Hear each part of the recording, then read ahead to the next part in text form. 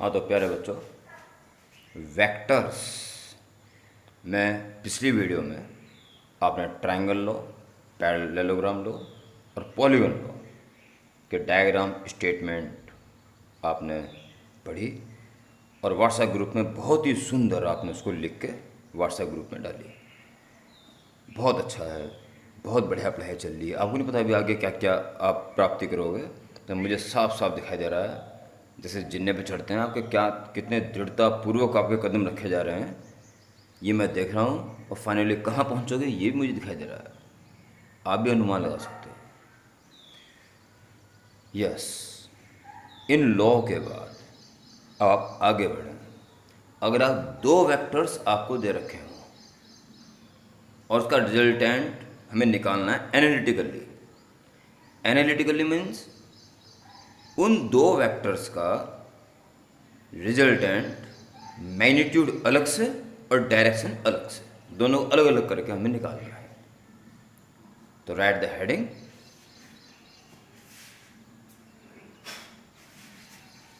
Analytical method लिख लो, फिर और टाइम लगता है तो सुन लो और पॉज कर हैंड डाल दो। Analytical method to find the resultant of two vectors. Pause करो, हैंड डालो।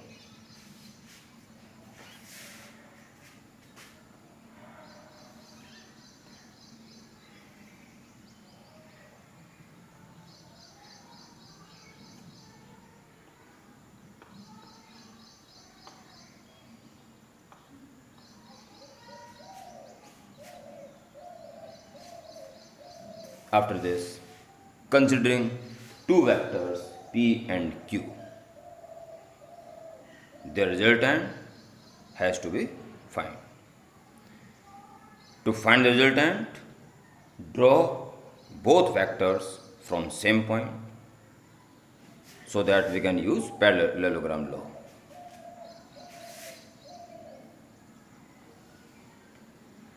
Same, neither turn nor increase decrease. Vector P. So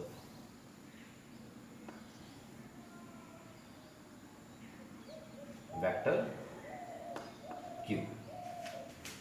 O A side ने वेक्टर P को कंप्लीटली रिप्रेजेंट किया, डायरेक्शन जो एक्चुअल थी और लंबाई उसके मैग्नीट्यूड के अकॉर्डिंग। अगर वेक्टर P लिखा है मैंने तो वेक्टर क्वांटिटी हुई, और ऊपर से केवल वेक्टर हटा दिया तो ये उसकी केवल मैग्नीट्यूड हुआ, यानी कि इसकी लंबाई ही मैग्नीट्यूड को शो करती है। तो उसका रिजल्टेंट निकालने के लिए मुझे पैरेललोग्राम कंप्लीट करना पड़ेगा और डायगोनल लेना पड़ेगा। कंप्लीट पैरेललोग्राम,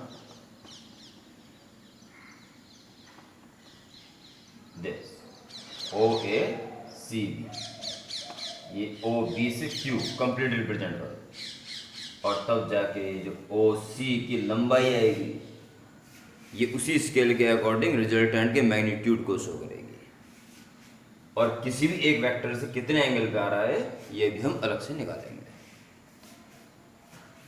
तो ये है इस वेक्टर P और Q का सम नहीं, वेक्टर सम। खाली सम कहोगे तो दिस प्लस दिस हो जाएगा, रिजल्टेंट कहोगे तो दिस हो जाएगा, वेक्टर सम। इसको R मान लीजिए, यानी में R की लंबाई, मैग्नीट्यूड और डायरेक्शन चाहिए। अब आप सुनिए, आपने हेडिंग डाली analytical method to find the resultant of two vectors, hand डाल दी। ये डायग्राम बनाया पहले इंडिविजुअल, और फिर पैरेललोग्राम लो, ये पैरेललोग्राम बनाए बीचों बीच, और फिर लिखना शुरू करें। क्या क्या सुने ढंग से। फर्स्ट पैराग्राफ सुन के पॉज करके लिख लेना फटाफट, प्रैक्टिस नोटबुक में बहुत जल्दी के साथ। फिर बाद में let there are two vectors, vector P and vector Q। देखो मैंने कहा टू वेक्टर्स तो लिखो VECTORS वेक्टर्स। फिर बोल रहा हूँ to vectors vector P and vector Q, इसमें लिखना VECTOR, एरो बनाना, ठीक है। टू वेक्टर्स वेक्टर पी का मतलब पी और उसको एरो, इसे बोलो वेक्टर पी, और टू वेक्टर्स, फिर पूरा वेक्टर से इसमें, समझ रहे हो? Let two vectors, vector p and vector q, are there, and their resultant has to be determined. These vectors are completely word बड़ा important, समझा करो बात को. These two vectors are completely represented by two sides OA and OB of parallelogram. Then the diagonal OC या parallelogram OACB लिख देना. Its diagonal OC will represent their resultant completely. समझो बात को. ये है फर्स्ट पैराग्राफ. अभी एज शोन में लिख देना, एज शोन. ठीक है, यहां तक अपडेट करो पॉज करके.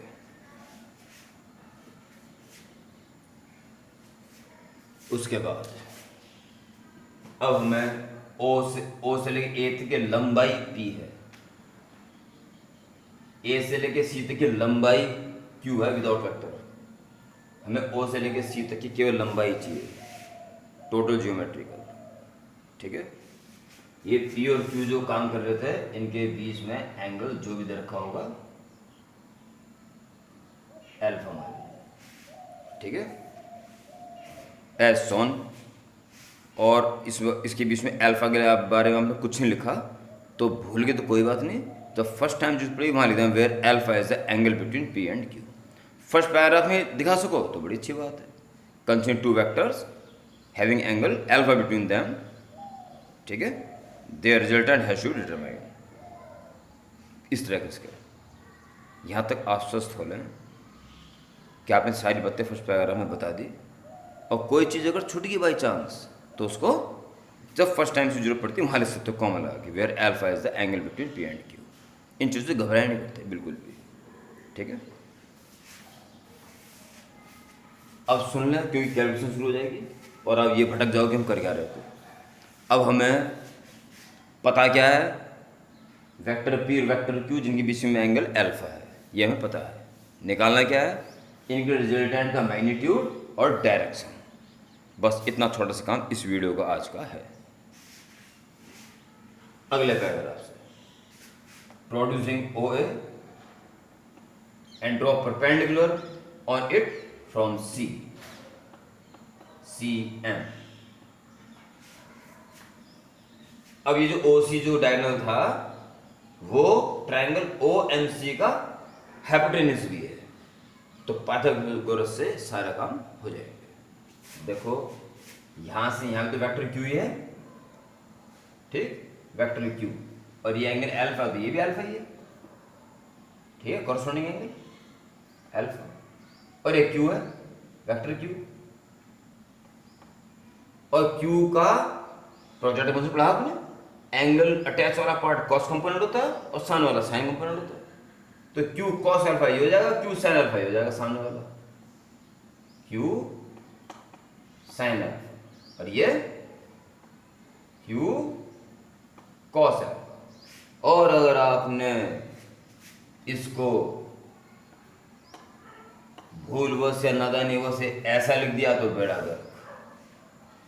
ठीक है, क्योंकि जब कोई वेक्टर ए है, ये है वेक्टर ए, तो इंटू 2 कर देने से क्या हो जाएगा, इसकी लंबाई 2 गुनी हो जाएगी, मैग्नीट्यूड 2 गुना हो जाएगा, परंतु डायरेक्शन वही रहेगी. ठीक है, वेक्टर क्यू क्या है, इस तरफ का वेक्टर है, इंटू साइन अल्फा तक स्केलर क्वांटिटी है, वही 1 से छोटी फ्रैक्शन. इंटू करोगे थोड़ा मैग्नीट्यूड कम हो जाएगा पर डायरेक्शन वही रहेगी. तो ये डायरेक्शन वही थोड़ी है, तो चेंज हो चुकी है. इसलिए वेक्टर क्यू मत बनाना, अब फिर मैग्नीट्यूड का मतलब है. बस समझ आ रहा है. अगले पैराग्राफ से produce O and draw perpendicular on it from C M. ठीक है, बाकी इन्हें बताने की जरूरत नहीं, ये सीधे डायग्राम में लिखे जाएंगे. Now in triangle O M C O C square is equal to O M square plus M C square. O C जिसकी लंबाई केवल आर स्क्वायर, वेक्टर नहीं बना रहा हूँ, एनालिटिकल चल रहा है, केवल मैग्नीट्यूड निकालने की तरफ हमारे कदम आगे बढ़ रहे हैं। R square equal to O M, यहाँ से आते की लंबाई है पी और अगली लंबाई है Q cos alpha, P plus Q cos alpha, ये हो गया ओ एम का स्क्वायर और M C Q sine alpha का स्क्वायर, यानी Q square sine square, open the whole square, P square plus 2pq cos alpha plus Q square cos square alpha plus Q square sine square, P square plus उन दोनों में से Q square take as common, cos square alpha plus sine square alpha और बाकी बचा plus 2pq cos alpha, it is 1। So R square is equal to P square plus Q square plus 2pq cos alpha. This formula should be learned. Okay? क्या है कि मैंने आप में से किसी बच्चे के ऊपर फोर्स लगाया 10 न्यूटन, मेरा एक दोस्त आया, उसने भी मेरी सीध में फोर्स लगा दिया 10 न्यूटन, उस बच्चे को कितना जोर पड़ा? निसंदेह 20 न्यूटन। ओके? किसी ऑब्जेक्ट को मान लीजिए, ऑब्जेक्ट के ऊपर मैंने फोर्स लगाया कि जब मैं दूसरा एग्जाम्पल दूंगा तो फिर आप गलत आंसर दे दोगे, इसलिए बच्चे को हटाना पड़ेगा, किसी पत्थर को रखना पड़ेगा। I apply a force of 10 newton on an object, my friend also apply a 10 newton force in same direction, then the resultant is definitely 20 newton. Okay? In the case of opposite direction, I apply 10 newton, my friend applied 2 newton in opposite direction, then the net force 10 में इधर से लगा रहा हूँ, 2 वो उधर से लगा रहा है, तो पत्थर चलेगा कहाँ? ज़्यादा फोर्स के लो, और 10 में से 2 माइनस करके 8 ही बचा। अरे भाई अगर 10 लगाते दोनों तो कैंसिल हो गए थे, पत्थर वहीं रहना था। अपने कहोगे 20, अब नहीं कह सकते 20 न्यूटन लग रहा है। मैं ये कहूँगा 10 रुपये मैंने आपको दिए और 10 रुपये और दिए, कितने हो गए? आप हर दिन बोल दोगे 20 न्यूटन, तो नहीं बोले किस डायरेक्शन में दिए, 10 रुपये कौन सी जेब में रखे, दूसरे 10 रुपये कौन सी जेब में रखे, तब हम बताएंगे ना वो तो सीधा 20 रुपीज़। पर जब 10 न्यूटन की बात आ जाएगी, वेक्टर क्वांटिटी की बात, तब नहीं कह सकते 10 + 10 20। क्या तो 10 इधर लग रहा हो और 10 इधर लग रहा हो तो कहाँ जाएगा पत्थर? कहीं नहीं जाएगा, कैंसिल हो गया। मैं आई बात समझ? तो एल्फा एंगल बिटवीन 2 फोर्सेस अगर 0 हो जाए तो दोनों फोर्स एक सीध में आ गए, तो सीधे जुड़ेंगे 10 + 10 20। पी और क्यू अगर एक ही सीध में लगते फिर तो आंसर पी प्लस क्यू आना था ना, उस चीज को इससे वेरीफाई किया।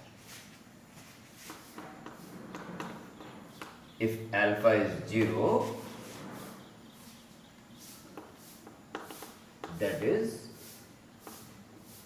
P vector P and vector Q are in same direction, are in same direction, then R square, तो R equal P plus Q आ जानी चाहिए सीधे, P square plus Q square plus 2pq cos alpha cos 0 1 हो जाएगा, तो क्या बन गया? P square plus Q square plus 2pq, यानी p प्लस क्यू का whole square. So R is p plus Q. एक प्रैक्टिकल कॉन्सेप्ट क्लियर हो गया, यानी फॉर्मूला सही है। दूसरा केस, अगर p और q ऑपोजिट डायरेक्शन में लगते तो रिजल्टेंट तो माइनस के लिए बनता ना, 10 - 2। अरे 10 और 2 इधर से लगा तो 12 थोड़ी होगा रिजल्टेंट। हाँ, रुपए का मामला होता तो 12 रुपीज़ हो जाते हैं, चाहे इस जेब में रखो, दो इस जेब में रखो, 12 ही होना है। और फोर्स लगा रहे हो, 10 इधर और 2 इधर, तो रिजल्टेंट 80 बचा, बस 2 2 तो कैंसिल हो गए। ओके, तो P और Q अगर ऑपोजिट डायरेक्शन में होते हैं तो आंसर P माइनस क्यू या Q माइनस P। देखना पड़ेगा P और Q में कौन बड़ा है, माइनस करके आएगा सीधा आंसर। उसको कभी वेरिफिकेशन इस फॉर्मूले से कर ले। इफ अल्फा इज 180 डिग्री, वही ऑपोजिट डायरेक्शन, इसे क्या मतलब हुआ, that is vector P and vector Q are in opposite direction, then r square is equal to p square plus q square plus 2pq cos 180 minus, तो minus 2pq आ जाएगा, यानी कि p minus Q का whole square या q minus p का whole square. जब whole square तो कोई दिक्कत नहीं है, पर जब स्क्वायर रूट करोगे और p माइनस क्यू लिखोगे तब दिक्कत है, क्या पता p बड़ा है कि q बड़ा है, इसलिए डिफरेंस लगा देते हैं। ठीक है, तो जो भी बड़ा होगा माइनस कर दो, बड़े में से छोटे। ठीक है, इसलिए इस फॉर्मूले का याद होना और इस वीडियो को देख के नोट्स कंप्लीट करके न्यूमेरिकल शुरू कर देना नितांत आवश्यक है। अब आपके पास रास्ता खुल गया वेक्टर के शुरू के टाइप के न्यूमेरिकल्स करने का, और अब जो आप खुले मन से प्रोजेक्टाइल के मोशन के क्वेश्चन कर रहे थे, अब उनके ऊपर विराम लग गया, क्योंकि अब आप कर भले ही लो, पर अब ये पता है कि वेक्टर के भी क्वेश्चन करने हैं, अब टेंशन आ गई। इसलिए वक्त होता है मेरे बच्चों कुछ क्वेश्चंस करने का, प्रोजेक्टाइल के क्वेश्चंस करने का जो खुला वक्त था वो हो गया समाप्त पूरी तरह से। अब करते रहो पर वो बात नहीं आएगी। ठीक है, अब वेक्टर कभी मुझे वेक्टर के लिए भी यही कहना पड़े बाद में, ऐसा मत करना, भरपूर खतरनाक क्वेश्चन कर डालो वेक्टर से भी। चलिए, दो वेक्टर्स P एंड Q जिनके बीच में एंगल अल्फा था, इसका रिजल्टेंट का मैग्नीट्यूड तो आप इस फॉर्मूले से निकाल लो। वो रिजल्टेंट किस डायरेक्शन में रहेगा इसकी भी बात करके इस वीडियो को समाप्त करते हैं। हाँ,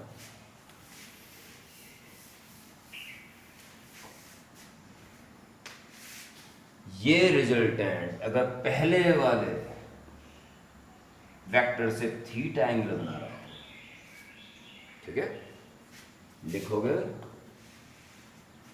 और सुनते ही पॉज करके लिखना पहले, if resultant makes the angle theta with vector P, then लिख लो बस तुरंत ही पॉज करके, then tan theta is perpendicular upon base CM upon OM, CM Q sin अल्फा और OM P plus Q cos alpha. इस फॉर्मूले से आप इसकी डायरेक्शन पता लगा सकते हैं। फॉर्मूला याद करने का तरीका, रिजल्टेंट जिस वेक्टर से एंगल आप निकाल रहे हो उसको पहले यहां रखो, ठीक है, और उसके बाद वो P कहीं और नहीं आएगा। ठीक है, फिर बचाओ दूसरा वेक्टर आएगा Q, tan है तो साइन कौन कॉस का, साइन ऊपर कॉस नीचे, बस ये तरीका याद रखने का। ध्यान दो, जो आपने मैग्नीट्यूड का फॉर्मूला निकाला R, उसमें भी P, Q और अल्फा ही आ रहे हैं, दो वेक्टर और उनके बीच का एंगल, और इसमें भी P, Q और अल्फा ही आएंगे। आपको यही बातें पता है, बस पहला वेक्टर कितना है, दूसरा कितना है, और उनके बीच में एंगल कितना है, बस इतना ही पता है। इन्हीं टर्म्स में आपका डायरेक्शन का फॉर्मूला भी और मैग्नीट्यूड का फॉर्मूला भी है। अगर इस रिजल्टेंट की वैल्यू, इस रिजल्टेंट की डायरेक्शन Q से निकालनी होती, मान लो फाई एंगल बनाता है Q से, तो क्या तरीका था, क्यू यहाँ लिख दो पहले, जिससे एंगल निकालो यहाँ लिख दो पहले। अब बचा पी, तो पी साइन अल्फा ऊपर और पी कॉस अल्फा। आना यहाँ पे पी क्यू और अल्फा ही है। ये है इसको याद करने का तरीका। ठीक है मेरे बच्चों, अब मैं एक पिक भेज रहा हूँ एक्सरसाइज की, और एक क्वेश्चन सॉल्व करके उसकी पिक भेज रहा हूँ साथ साथ। इसके बाद आप स्वयं समझ जाएंगे अब हमें प्रैक्टिस नोटबुक में क्या करना है। और उन क्वेश्चंस की लाइन लगा दो जो एक्सरसाइज में भेज रहा हूँ, उसके साथ साथ अपनी बुक के भी। ठीक है, और अल्टीमेट SC वर्मा के। ओके।